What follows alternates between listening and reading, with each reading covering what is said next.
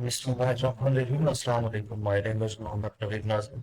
Dear students, आज हम 9th class के चैप्टर नंबर 8 के एग्जाम्पल नंबर 6 और एक्सरसाइज के क्वेश्चन नंबर 8, 10, 11 और 12 को सॉल्व करेंगे।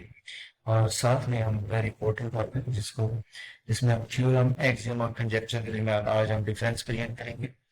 वेरी इंपॉर्टेंट टॉपिक है, इसको आप गौर से सुनिएगा। सबसे पहले हम एग्जाम्पल नंबर 6 की तरफ आते हैं। Prove that if x is an odd integer, then show that x square is also an odd integer. याद रखिएगा कि वो नंबर जो 2 के मल्टीपल होते हैं, 2 1 2 2 3 2 2 4 2 3 6 and x up to so on, ये सारे इवन नंबर्स होते हैं। और अगर आप किसी इवन नंबर में 1 ऐड कर दें तो एक ऑड बन जाता है। और 2 एक इवन उसमें 1 ऐड करेंगे, 4 इवन नंबर करेंगे तो 5 बन जाएगा। तो यहाँ पर जो 2 के मल्टीपल होंगे इवन नंबर, उसे 2k से रिप्रेजेंट करेंगे। और जो 2k+1 होगा वो representation of an odd number होगा। इसे ये this is representation of an odd number. Let x be an odd integer. अगर x ऑड इंटीजर हो तो इसकी शेप होगी 2k+1, where k belongs to an integer. और हम ये वैल्यू पुट करेंगे एक्स स्केयर में, यानी इसी वैल्यू का दोनों साइड पर अगर हम स्केयर अप्लाई करें तो A plus B whole square that is equal to A square plus 2ab plus B square करेंगे। इसको ओपन करें, फिर देता 4k square plus 4k plus 1। आप पहले दो टर्म में से 4k स्केयर प्लस 4k में से 2 कॉमन निकालें तो देगा 2k स्केयर प्लस 2k। तो इसमें हम ये बात जानते हैं कि एक इंटीजर है आपके पास, तो किसी भी इंटीजर को आप दूसरे इंटीजर से मल्टीप्लाई करें, भी आपके पास एक इंटीजर ही आता है या किसी इंटीजर का स्क्वायर करें तो इंटीजर ही आता है। तो लिहाजा हमारे पास 2k स्क्वायर प्लस 2k आपके साथ सो एन इंटीजर। हम लेट कर देते हैं कि ये जो हम सम करेंगे, जो इंटीजर का सम करेंगे तो वो भी नया इंटीजर ही रहेगा, m belongs to an integer. तो 2k स्क्वायर प्लस 2k की जगह पे हम पुट कर देते हैं that is again the representation of an odd number, 2m plus 1 odd number को represent करकर हम इस आपको मतलब कि x square is an odd integer। इसी का दूसरा पार्ट एग्जांपल का कि prove that sum of two odd is any one number, let x is equal to 2k plus 1 and 1 plus 1 are two odd numbers where k and m belongs to an integer। हम इनका पूरा सम करते हैं x और y का। x की जगह पे वैल्यू पुट करते हैं 2k plus 1, y की जगह पे 2m+1।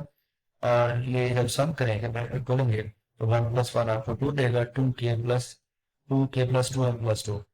इन सारे में से हमें 2 कॉमन नजर आ रहा है, तो इन पर बनना है k+m+1। याद रखिएगा कि k और m दोनों इंटीजर है और इंटीजर, तो 3 इंटीजर का सम भी एक इंटीजर ही होगा। k+m+n फर्ज करते हैं नया इंटीजर आता है, उसका नाम m रख देते हैं। तो x plus y equal to 2n, तो वो नंबर जो 2 के मल्टीपल होते हैं वो इवन होते हैं। और आपको साबित करना था कि सम ऑफ 2 आज इवन नंबर। एक्सरसाइज के क्वेश्चन नंबर 10 के नाम प्रूव करते हैं इसी तरह से जिस तरीके से एग्जांपल को प्रूव किया।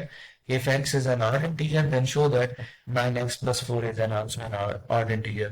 if x is an odd integer then it can be written as 2x plus 1 where k belongs to integer। 9x plus 4 में x की जगह पर हम पुट करते हैं k plus 1, तो 9x plus 4 is equal to 9 into 2k plus 1 multiply करेंगे 18k plus 9 plus 4 18k plus 13 and 13 can be written as 12 plus 1।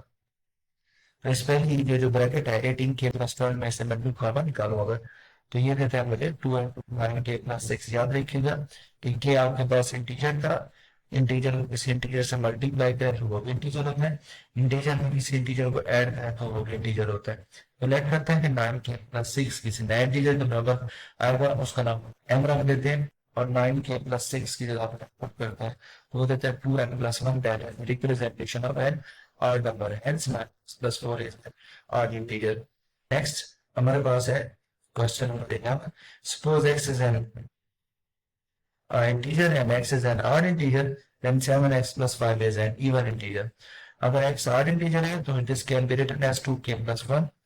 तो 7x plus 5 में x की जगह पर पुट करेंगे, सिंप्लीफाई करेंगे, इस सारे में से आपको 2 कॉमन नजर आ रहा है तो ये देगा आपको 7k plus 6 के इंटीजर है तो इंटीजर को जब दूसरे इंटीजर से मल्टीप्लाई करेंगे तो वो भी इंटीजर मिलेगा, इंटीजर को जब किसी इंटीजर में ऐड करेंगे तो आप एक नया इंटीजर मिलेगा, उसका नाम एम रख देते हैं। तो 7x+5 is 2 and that is the representation of even number 12 that ये that is the multiple of तो 2 के जितने भी मल्टीपल्स होते हैं उन्हें इवन नंबर कहते हैं।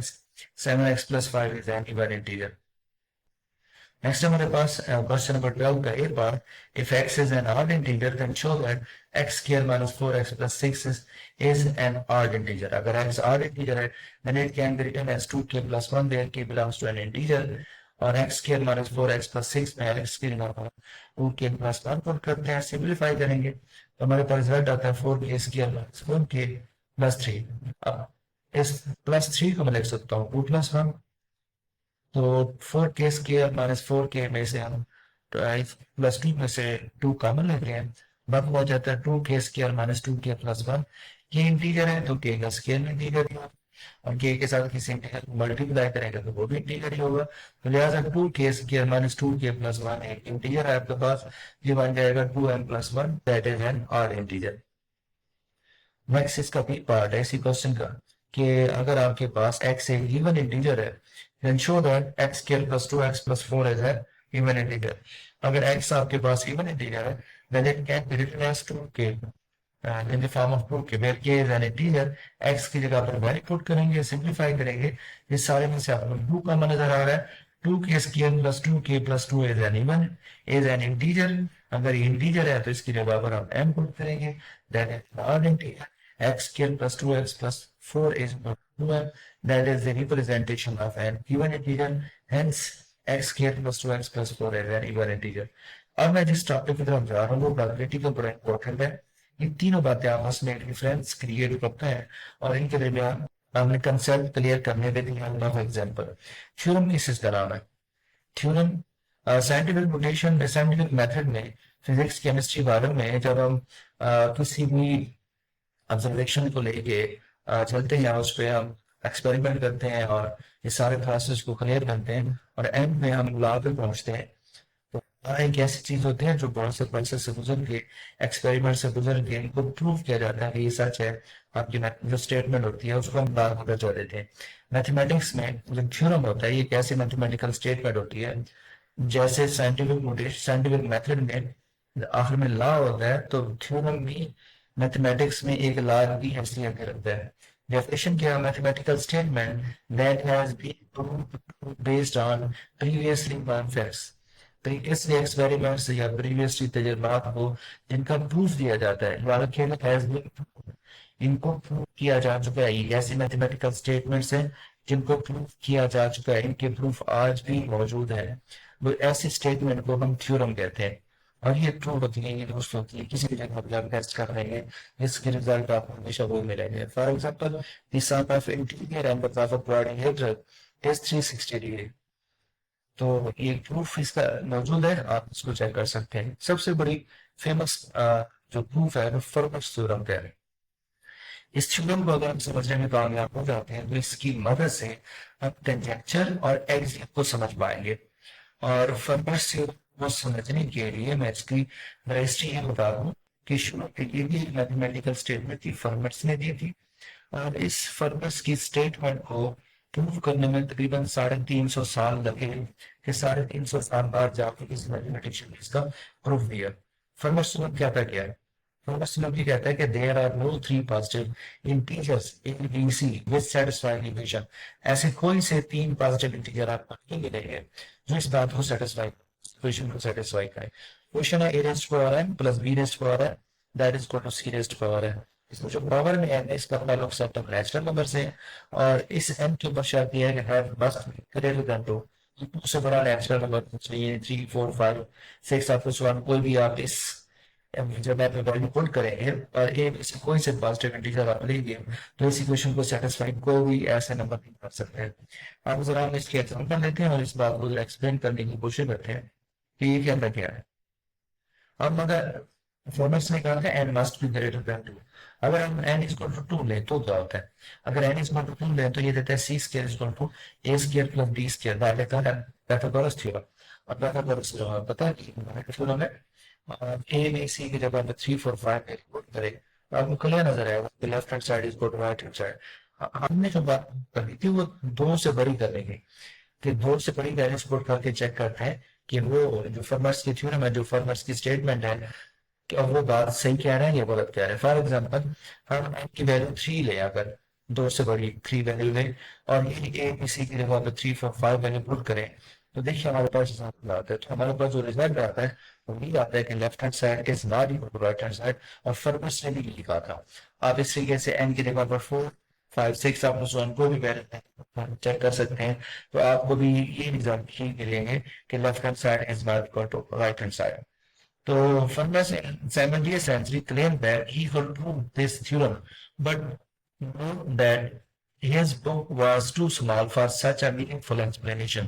70th century में फर्मस ने ये थ्योरम पेश किया, लेकिन उसने थ्योरम को प्रूफ नहीं दिया। उसने कहा कि इस थ्योरम के प्रूफ की जो एक्सप्लेनेशन है उसको देने के लिए मेरी बुक के जो पेजेस है वो कम पड़ जाएंगे, इसलिए उसने इस थ्योरम का प्रूफ नहीं दिया। तो ये एक इंटरेस्टिंग थ्योरम था, और इसके इस केस थ्योरम को प्रूव करने के लिए तकरीबन 350 साल लगे। उसके बाद जाके 1993 में Andrew white from Princeton university announced a proof। 1993 में एंड्रयू वाइट जो प्रिंसटन यूनिवर्सिटी का एक मैथमेटिशियन था जिसने इसका प्रूफ दिया, उसने इस पर तकरीबन 7 साल काम किया, और इसका प्रूफ देने के लिए उसने सैकड़ों पेजेस का इस्तेमाल किया। और इस बात की गवाही दी कि फर्मर साहब उसकी बात समझ थी कि इस थ्योरम को प्रूव देने के लिए मुझे मेरी बुक के जो पेजेस है वो कम है। तो यहाँ से ये बात साबित हुई कि 350 साल तक जब तक इस स्टेटमेंट का प्रूफ नहीं मिला, ये वाली बात थ्योरम नहीं बनी। 1993 में जब एंड्रयू वाइल्स ने इस बात का, इस मैथमेटिकल स्टेटमेंट का प्रूफ दिया, तो ये बात, ये मैथमेटिकल स्टेटमेंट तब जाके प्रूफ करता हासिल कर सके। अगर 1993 में एंड्रयू वाइल्स ने स्टेटमेंट का प्रूफ ना देता और ये अभी तक बात अनप्रूव होती, इसका प्रूफ ना होता, तो ये बात मैथमेटिकल स्टेटमेंट आज थ्योरम की हैसियत में रखती। इसी बात को लेके मैं अब आगे चलूंगा, जिसको कंजक्चर कहते हैं। कंजक्चर में इसी बात से जो एंड्रयू वाइल्स अगर प्रूफ ना देता तो ये मैथमेटिकल स्टेटमेंट कंजक्चर कहलाती। अब कंजक्चर क्या है? कंजक्चर एक ऐसी मैथमेटिकल स्टेटमेंट है that is believed to be true based on observation but has not yet been proved। ये एक ऐसी मैथमेटिकल स्टेटमेंट है जिसको ऑब्जर्वेशन के जरिए, ऑब्जर्वेशन के थ्रू हम ट्रू तो मानते हैं, लेकिन इसका आज तक किसी ने प्रूव नहीं किया। इसी फर्मर्स थ्योरम से आगे एक और इम्पोर्टेंट स्टेटमेंट है कोल्ड बैच कंजक्चर। मुझे कहते हैं every even integer greater than 2, दो से बड़े जितने भी इवन इंटीजर है जैसे 4 6 8 10 up to so on is a sum of prime number। For example 4 is equal to 2 plus 2, 6 is equal to 3 plus 3, 12 is equal to 5 plus 7, 5 and 7 3 3 2 2 these are the prime number। इस तरीके से। और तो कहते हैं कि 260 साल गुजर चुके हैं, अभी तक किसी मैथमेटिशियन ने गोल्ड बैच की इस बात को गलत या सही साबित नहीं कर सके। अगर नहीं कर सके तो यह कंजेक्चर ही रहेगी। आगे आने वाले सालों में, आने वाले दिनों में कोई मैथमेटिशियन इसको सच या गलत साबित करने में कामयाब हो जाते हैं। सच साबित करेंगे तो ये थ्योरम बन जाएगा, गलत साबित करेंगे तो सिर्फ मैथमेटिकल स्टेटमेंट ही रहेगी, ये कंजेक्चर भी नहीं कहलाएगा। एक्सम क्या कहता है? एक्सम कहता है कि ये इसकी बात कुछ शब्द तक थ्योरम से मिलते जो कि mathematical statement that is believed to be true without any evidence or requiring any.